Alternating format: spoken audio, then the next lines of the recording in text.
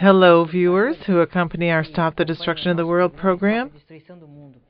Some days ago, I was talking to an ecologist friend of mine, and she produces a newspaper with information about all the tragedies that are taking place on the planet. She is a scientist, and she has access to all the scientific centers that report earthquakes and hurricanes and climate changes.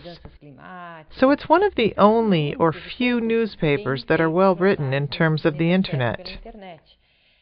Now we have a little divergence about the following. She says, I think that it's planetary changes that are generating psychic problems for the human being, and not as you believe that the psychic problems are what bring the planetary changes, climactic changes, and all these difficulties. What comes first? Are they the changes that are taking place on the planet, or the psychological and social part of the human being that generates changes on the planet? So I would like to present to you right now a series of slides that you may have already accessed on the Internet at some time, but very quickly this falls into forgetfulness, because people don't like to pay attention and they don't want to truly incorporate this in their lives. This research was made by Masaro Emoto, who is a Japanese scientist, and he made an experiment which shows how radionic experiments, how the human being's brain interferes in matter. And he did this with molecules of water, as if your psychic structure, our emotions, even our thoughts and ideas alter through the energy that is emanated, alter the composition of molecules.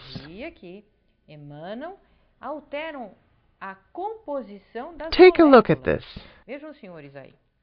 Emoto put some drops of water between two loudspeakers that emit the sound of a prayer.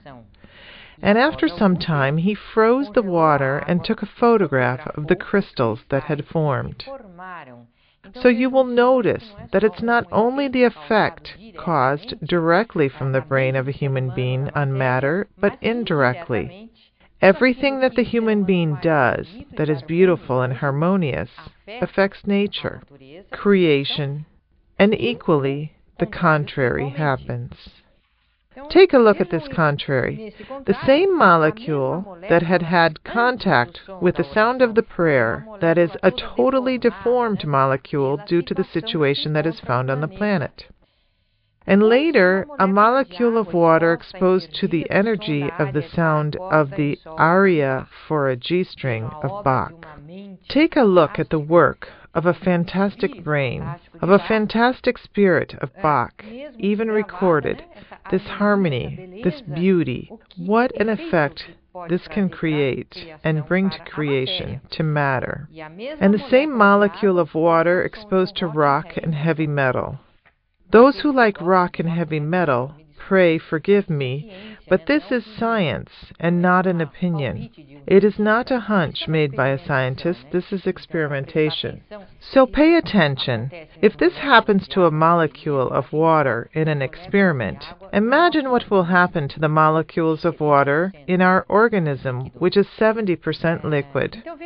So you see the molecule that is exposed to the sound of a thank you very much. This beauty, what a wonderful design, and the molecule of water exposed to the threat of death. Look, you can imagine the wars with this idea. A child today turns on the television and all they see are threats of death, of war, of kidnappings, of shootings, little friends killing other little friends. So the human being already lives stressed in a continuous tension. Imagine how our interior must be.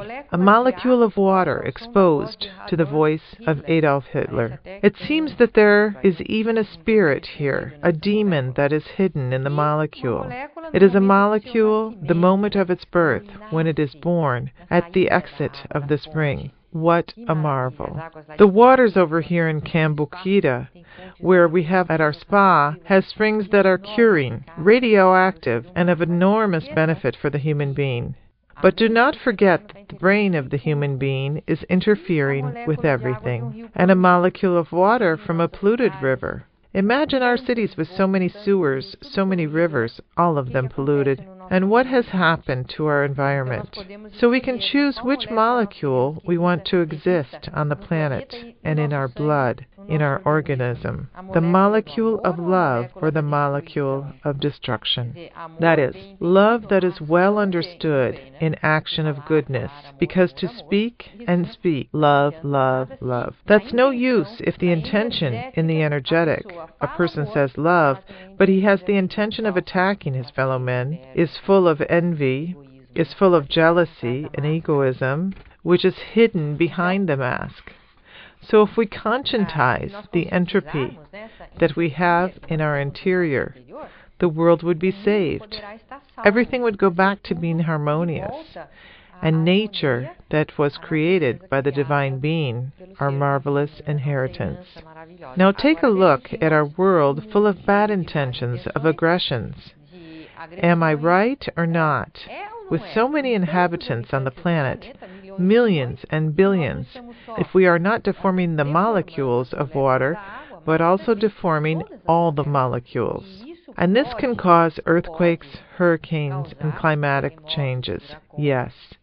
It's not only a mythological concept or from the Old Testament. When one associates earthquakes and catastrophes to the evil and malignant actions of the human beings, this is now part of science.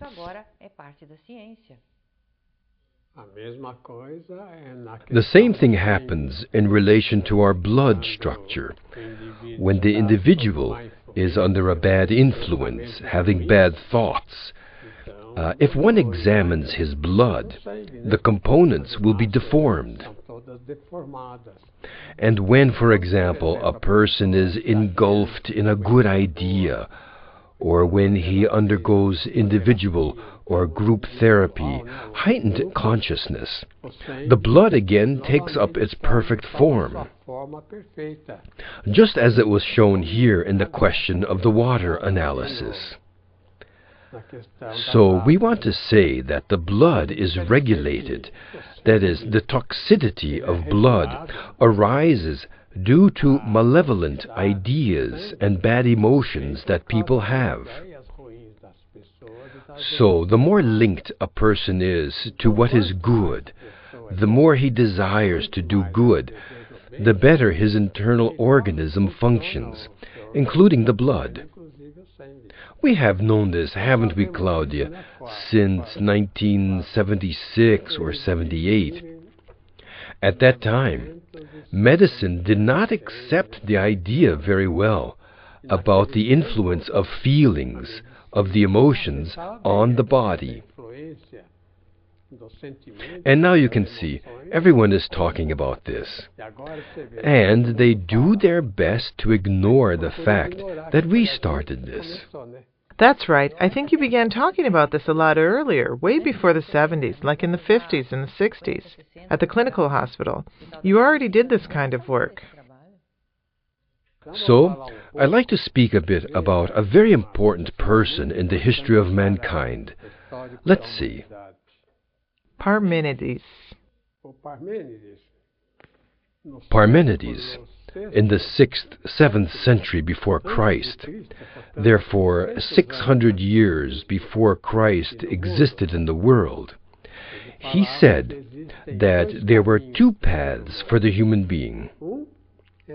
One is the path of opinion, which the Greeks call doxa. The path of opinion was the sensorial path. So, the individual would give his opinion, whatever it was. And within this opinion, he could be right or he could be wrong. So he can say, for example, no, the river runs downward for another motive other than the decline of the earth. So the issue of opinion is used a lot in sensorial knowledge, that is, so-called knowledge.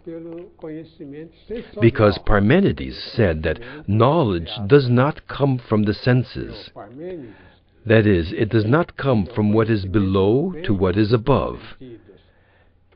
It comes from on high and goes downward. So, the Greeks in those days were profoundly spiritualized. And after Parmenides came Socrates. Let's see his photo. The photo of the statue. He was a bit ugly, but what he did was very beautiful. He was physically very strong, and yet he suffered rather a lot in the hands of Xantippe. Xantippe was his wife. So men or women who suffer with their envious husbands or wives have something to console themselves with, that they will become wise as a result. That's right. The uselessness of an unhappy marriage is that one becomes wise. So Socrates is known for his famous phrase, "Know thyself," because through self-knowledge, all of humanity would get back on track. And this awareness already existed at that time. That is, know thyself, not through the senses, but more through intuition. Socrates was very intuitive, and his disciple Plato also followed the path of intuition. And Plato read those ancient books there in Egypt. The Orient had a very ancient civilization. Unfortunately, these books were burned. They don't exist anymore. But they were books that said that knowledge comes from the human being's interior, from intuition, and not from the senses, as Aristotle later proposed. He came along and undid the work of Socrates and Plato. So, why was Aristotle accepted? Because Aristotle did a work that was more motivated by envy. So, I can affirm that humanity is in this situation due to this error that Aristotle initiated. So, let's see then this chart that I've got for us.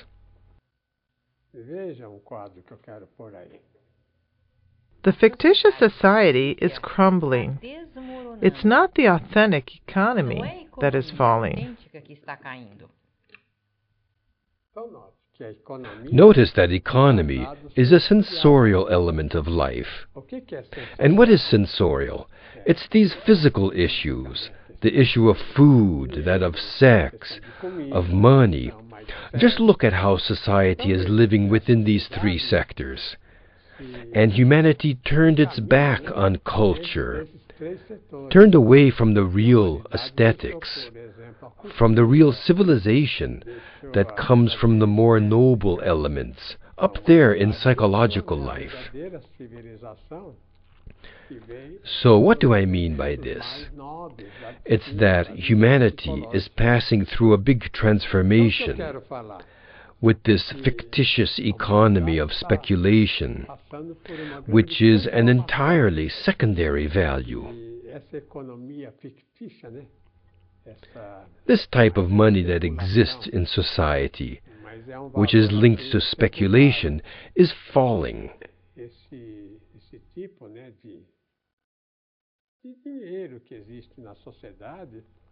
Now, referring back to the chart, let's see, secondly.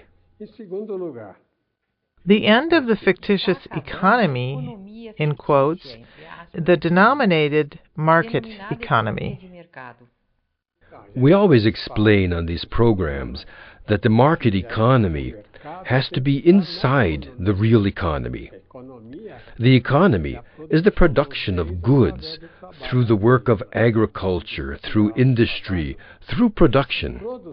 Economy is formed through work that the industries do, that the human being does through production.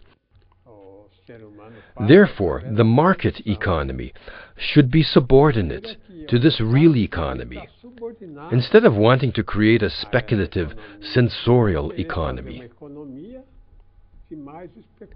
Let's see now in third place. This is the reason why Brazil will not suffer. Only speculators will suffer.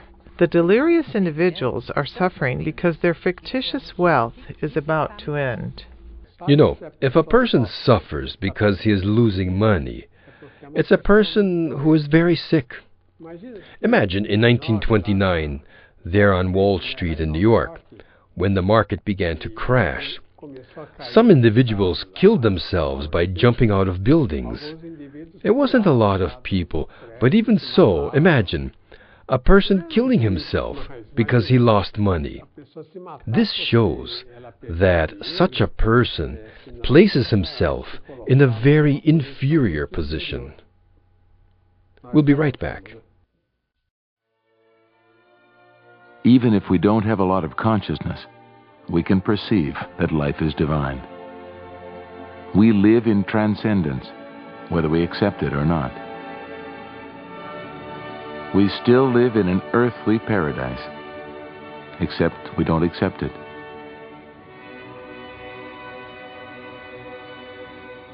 In fact, we attack what is most beautiful, good, and real.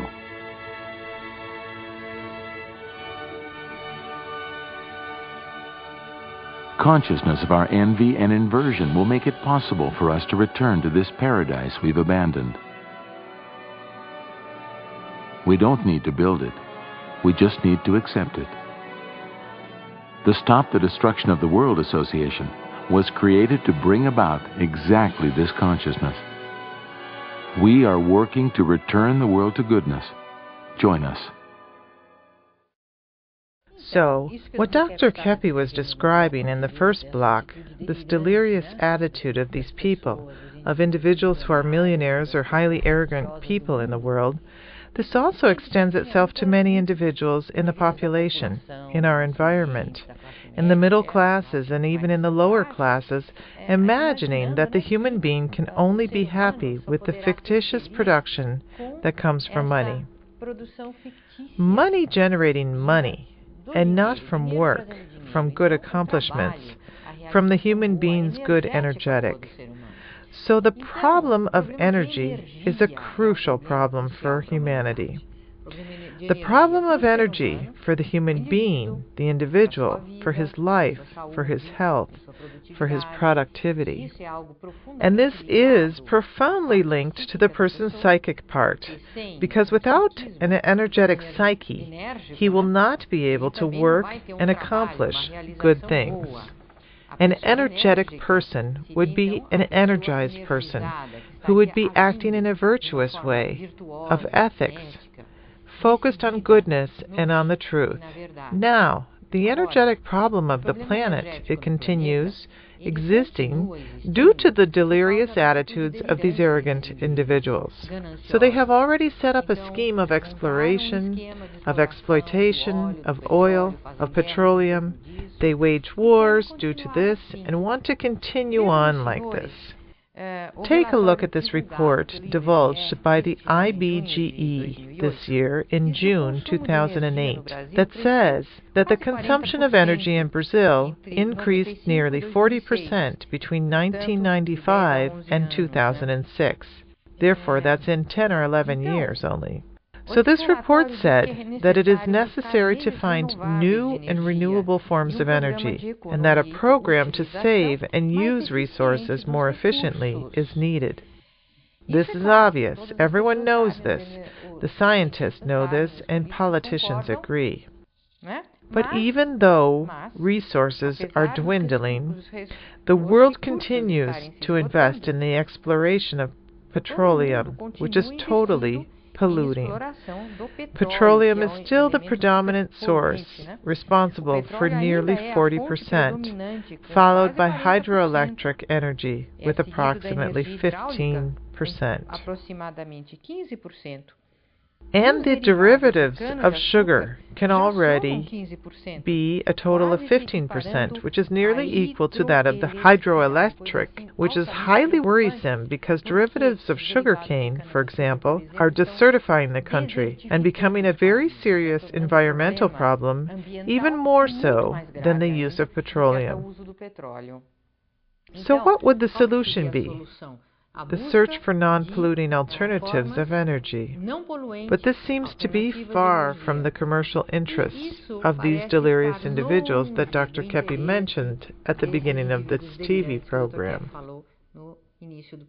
Here, in our Department of Research and Technology at the Stop Society, an analytical trilogy, engineers are researching and applying concepts from this book called The New Physics, written by Norberto Keppe of Disinverted Metaphysics.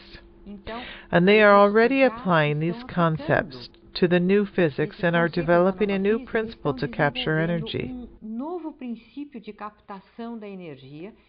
Dr. Keppe, inspired by the studies of Nikola Tesla, developed a new principle to capture energy that can rapidly and sensitively reduce the use of energy captured in hydroelectric plants, the use of petroleum and other more expensive and more polluting forms of energy.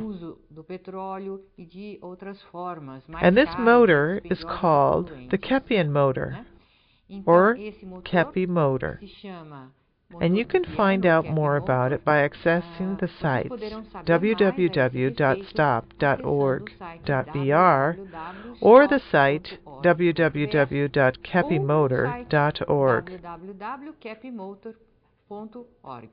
And thus, we can help more people to find out more about the existence of this form of developing an energy that is highly beneficial to the human being quickly, so that we can come to live with our feet on the ground more, to get out of these deliriums. Right, Dr. Keppe? Talking about the question of the motor, of course, it was Tesla who also used scalar energy, the energy that comes from nature. But the motor he made captured the energy outside the magnets. And the one we've developed, it's the magnets themselves that produce scalar energy directly. It's not the magnet that produces, it captures. So much so in our case as in Tesla's.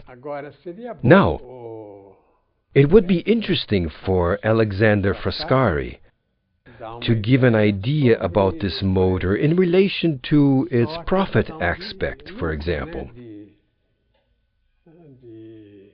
In using this motor, we experience an enormous decrease in the cost of producing energy.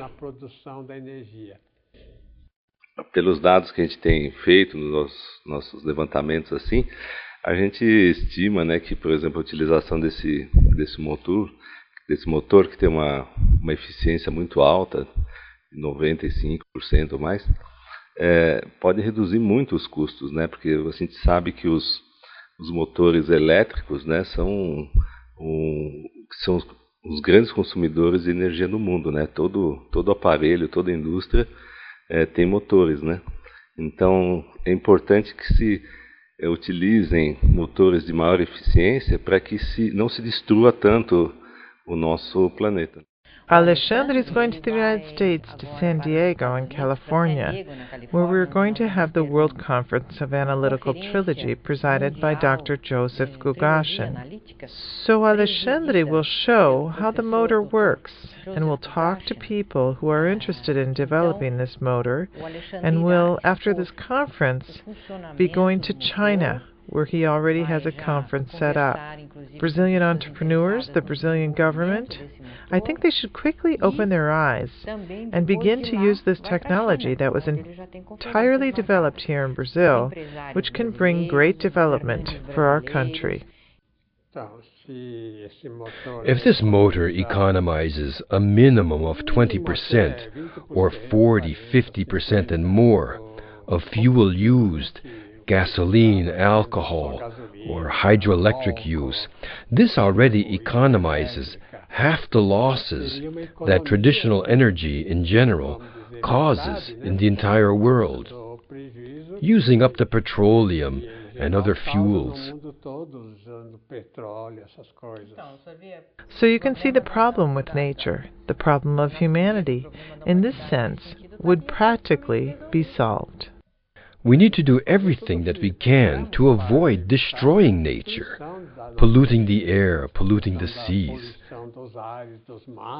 Of everything. the earth. Of the economy. There would be a great incentive and economy focused on sustainability. So Alex is about to go to the World Conference of Analytical Trilogy in San Diego, in California. And that was a country, at least in the past, that was created to develop human action. So let's see this sentence written by one of the founding fathers of the United States. That every human being has the right to life, to freedom, and to the search for happiness. Do you see? To be liberated from the elements that impede the human being from being happy, of having freedom, and of having a genuine life. Now take a look at another sentence. Schools and the press need to be free to avoid corruption and the decay of the nation. Notice that that country was built on these principles. And for this motive, it's the country that developed so much, and which now, unfortunately... Let's see this person here. John Maynard Keynes. So that country was invaded by these ideas that Keynes brought, who talked a lot about the issue of money, that money should be incentivated and saved. So again, an erroneous idea was introduced after Adam Smith's, and gave even more value to having wealth than to using the money. So just look at this data I'd like to show you now. The need for wealth and the importance of money. The present wealth of humanity is money. And secondly, money is the wealth of all the people. Thirdly, the billionaires and all the misers generate a lot of bad for the world. And the observation. What is important is to be conscious of the need for wealth for humanity to develop. Well, as we are running out of time, I'd like to consider one more chart so that you can see what a mature conduct would be.